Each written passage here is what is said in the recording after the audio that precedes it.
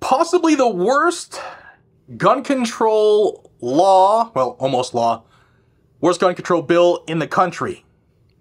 Yes, almost everything, actually everything in this bill has already been ruled unconstitutional by the Supreme Court in the Bruin decision, and the Heller decision, and the Caetano decision, and the McDonald decision. Yet, Massachusetts is going to try to lead the nation in gun control. Over 90% of semi-automatic firearms will be banned effective August 1st, 2024.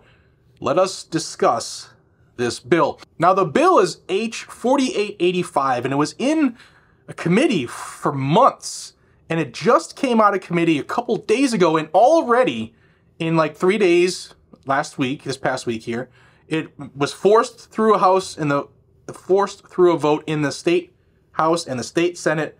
It passed the Massachusetts State Senate 35-5 and passed the Massachusetts House 124-33 with 2 no votes, or 2 non-voters. And Maura Healey, who used to be one of the worst attorneys general in this country as far as gun control, she is now the governor of Massachusetts.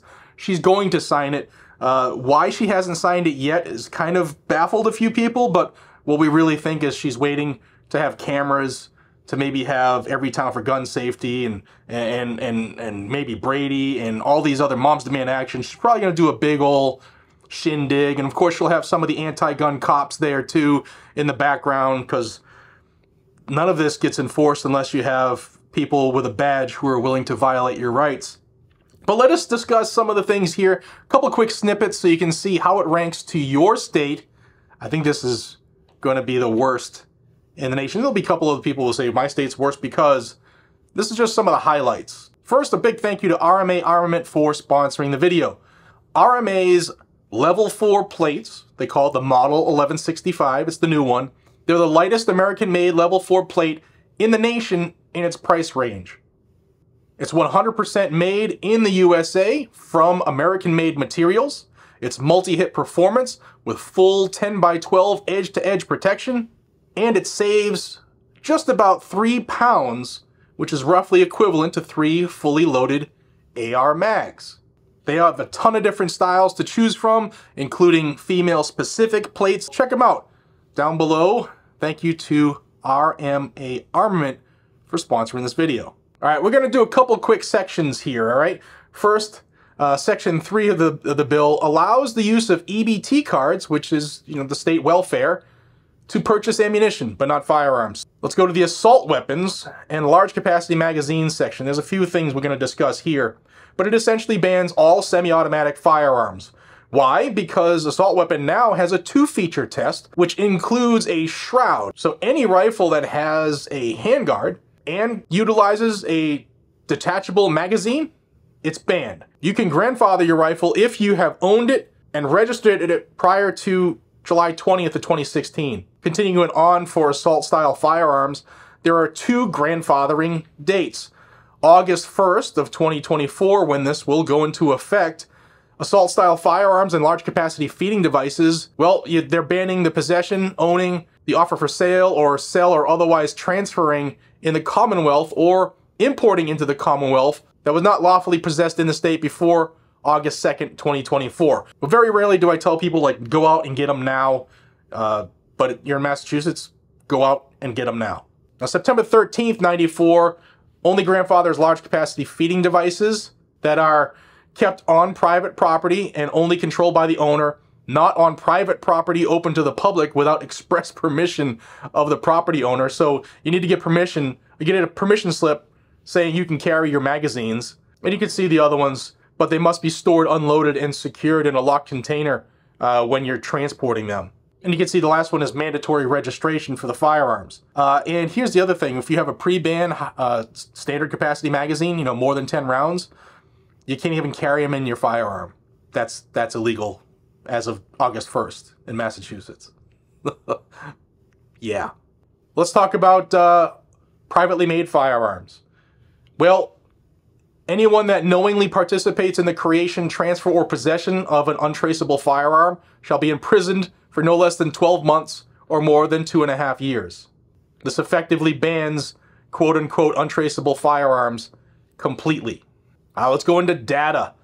Just like California did when they had their data breach, Massachusetts is going to collect non-personally identifying data that will be accessible to the general public through the publication of an online dashboard updated at least quarterly with an extensive range of information. Also, the tracing of firearms by law enforcement would create a huge data collection on the misuse of firearms as well. What else could they possibly do? Let's talk red flags. The red flag law is being expanded in Massachusetts so that it can be done basically on anybody, not just licensed gun owners. And it adds healthcare providers to the eligible petitioners and allows them to disclose protected healthcare information in violation of HIPAA. And they can also be forced by the court to disclose the information as well. A little more about what Massachusetts calls ghost guns, specific to 3D printers and milling machines.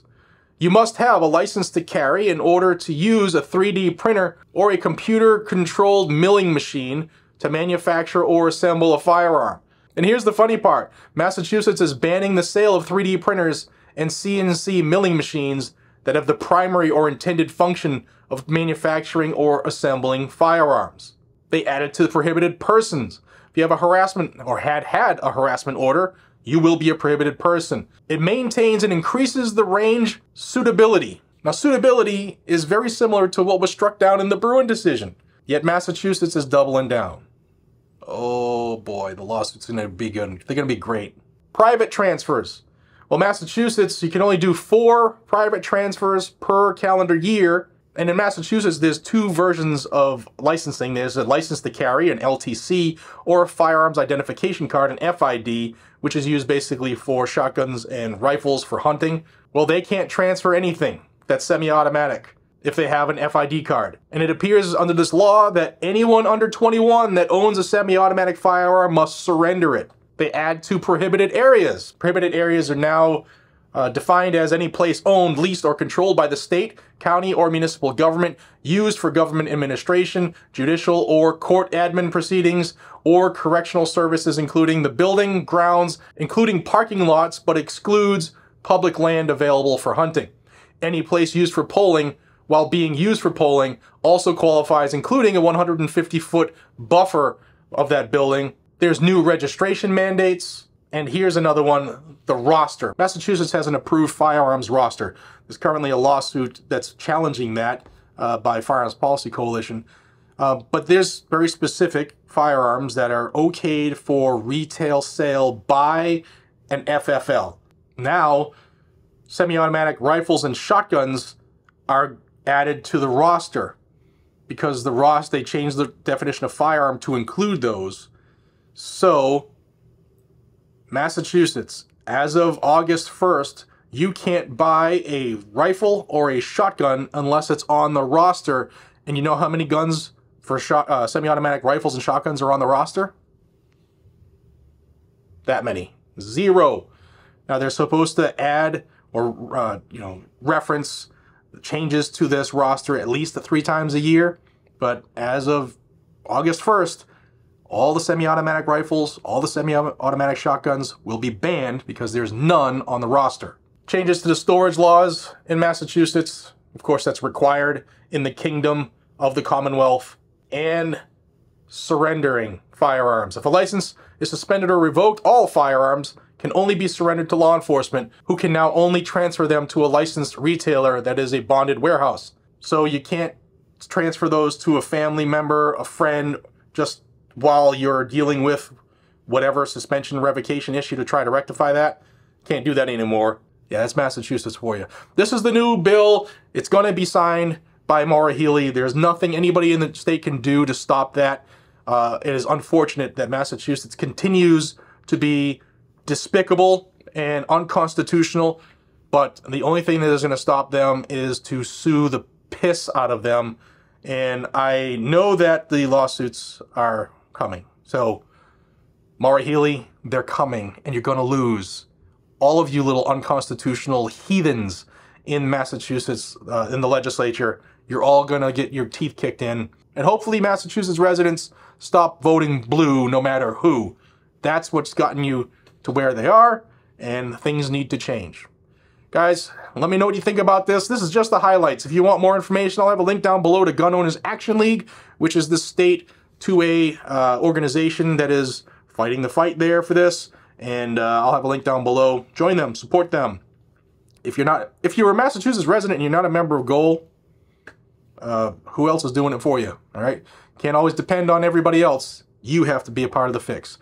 If you're one of the 5 million that are gun owners and not even registered to vote, it's time to fix that.